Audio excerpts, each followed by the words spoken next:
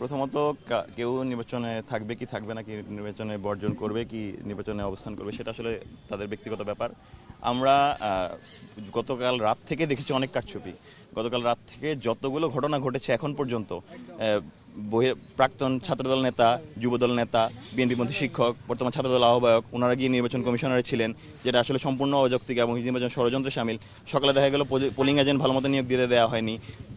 প্রাক্তন শিক্ষার্থীরা ক্যাম্পাসের বিভিন্ন অংশে অবস্থান করছেন। রবীন্দ্রনাথ ঠাকুর হল থেকে ছাত্রদলের কেন্দ্রীয় একজন নেতা আটক হয়েছেন।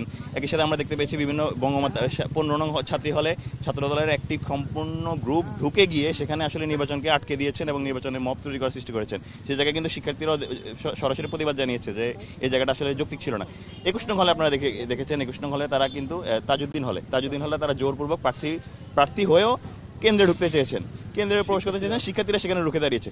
সামগ্রিক ব্যাপারগুলো তো আসলে আমাদের দিকে আসে না, বরঞ্চ দেখা যাচ্ছে আসলে যারা অন্যদিকে যাচ্ছে, বিপরীত দিকে যাচ্ছে। তো সেক্ষেত্রে আসলে এত কিছু ওই পাশে থাকার পরে এই পাশে যাতে আমাদেরকে এভাবে দায় করা হয়, বরঞ্চ আমরা আরও ট্রান্সপারেন্সি রক্ষার জন্য আরও বেশি এফোর্ট দিয়েছি গতকাল রাত থেকে। সেখানে গতকাল রাতে তো আমাদের পাশে তেমন কেউ ছিলেন না, কিন্তু আমরা আমাদের ট্রান্সপারেন্সি জায়গায় কনফিডেন্ট।